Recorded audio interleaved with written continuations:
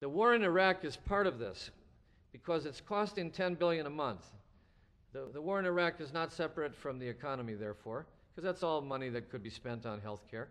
And it's not separate from energy, or else the oil companies would not be up to their necks in Iraq trying to get monopolistic control on that pool of oil and resources there.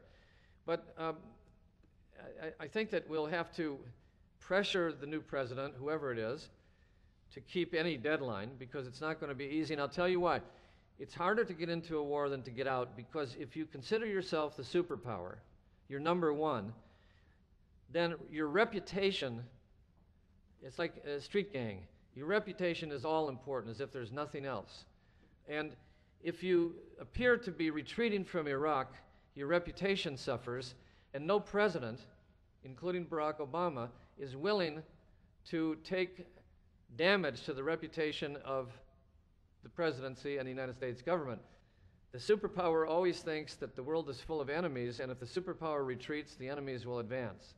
Don't you think that way? It's kind of a paradigm that has been inflicted on us, and we accept it. So it'll be very hard to keep him to his timetable of 16 months for the combat troops. I did ask John Deutsch, the former head of the CIA, about this problem in researching my Iraq book. Mr. Deutsch, you can call him up yourself, he's at MIT. How do we get out? And he said, don't make it complicated. There's two things we have to do to get out of Iraq. One, our government has to decide it wants to get out. They haven't decided that they want to get out. They want to stay in if they can lessen the damage to their reputation and losses of troops, but they'd like to stay in. Secondly, you have to negotiate with Iran. Because Iran, he said, this is the CIA talking, Iran is the only country that can make trouble for us leaving because of that long border and because of the closeness, the strange closeness between the Iraqi government that we put in power in Baghdad and the Iranian government that we say is our enemy. You figure. But he said Iraq obviously can be solved if Iran is part of the solution. And by the way, Iran is part of the solution in Afghanistan because Iran's other border is with Afghanistan. And Iran was on our side in the first round against the Taliban. So it's all about negotiating with Iran. It doesn't have to be on the nuclear issue. That can be a parallel issue. But there's plenty to negotiate. And if you can negotiate with Iran, you can stabilize the conditions for an orderly withdrawal of all the troops. The complication in Barack's position is that he wants to leave behind advisors, trainers, and counterterrorism units after the combat troops leave. We've got 144,000 troops there. Take them out in 16 months, but you replace them by leaving behind 30 to 50,000 other troops who are not only training and advising and doing counterterrorism work, whatever that is, but they are propping up a regime in Baghdad that is a religious, theocratic, sectarian regime that practices torture and ethnic cleansing. This is what our media refuses to talk about. Go see the Battle of Algiers if you want to see Iraq. There are 50,000 Iraqis now held in detention in Iraq alone. There's 50 or 100,000 people in the same condition in Afghanistan. These 50,000 are young Sunnis, males. Virtually none of them have any charges against them, and that wouldn't matter because they don't have any lawyers. And there are no human rights standards in the judicial system, which is said to be a project that's in progress. So you've got about $25 billion in U.S. taxes going to American advisors and trainers for the police and the prison system in Baghdad, which is holding all these people. That's one reason violence is down. If you lock up all the youth, that's a step. But it's a powder keg because you have a police state condition towards the Sunnis.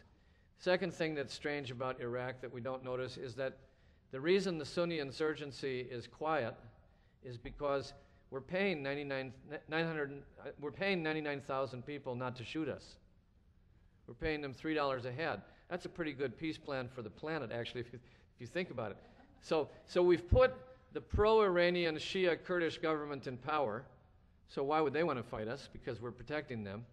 We've paid off the Sunni insurgents, 99,000 of them, and we're holding at any one time 50,000 people in detention camps. So when McCain or others talk about seeing peace on the horizon, there's a trail of blood between now and that horizon if it ever comes.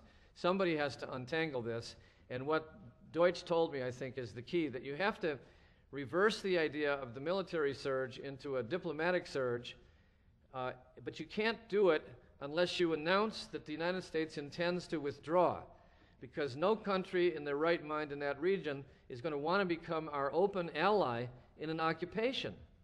But if we say we're leaving, they will want to participate in trying to resolve and contain the problems in Iraq, not as outsiders, but because Jordan, Syria, these countries, Iran, they all have tens of thousands of Iraqi refugees who've spilled over the border. 1 million, 2 million, who's counting?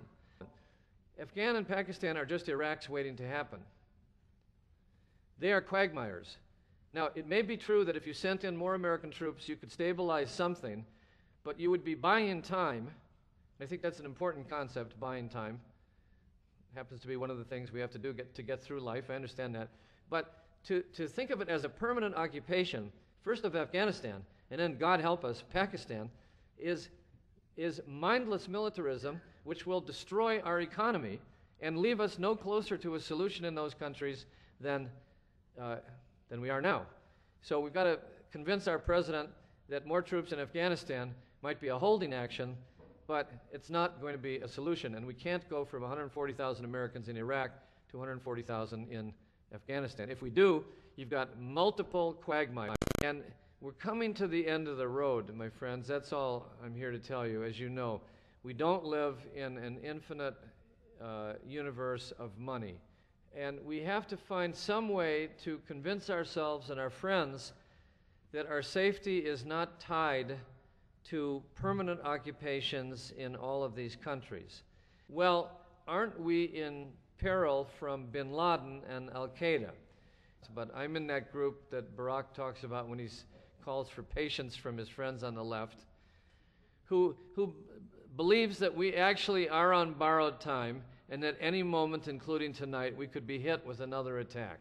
So that's what holds people in fear. And what we have to discuss is whether the continued occupation of these countries is a step towards extinguishing the terrorist threat, or whether it's actually expanding the terrorist threat, which makes it necessary for us to find an alternative urgently to approach. The only way is to keep up a sort of a posture of defense while taking away issues that are on the table that can inflame people into becoming our enemies.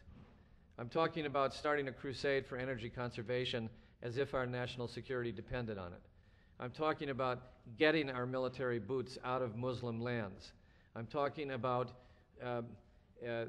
doing everything that we can to reduce the grievances to a point that the public support for the program of Al-Qaeda diminishes to close to zero, to a manageable threat, a manageable problem. If we can navigate that in the next 4 years, I'll be surprised. The peace movement is crucial from Iowa in the primaries to 22 days from now, the election, and then above all the next 4 years to trying to find a way to extract ourselves peacefully from the paradigm of the war on terrorism.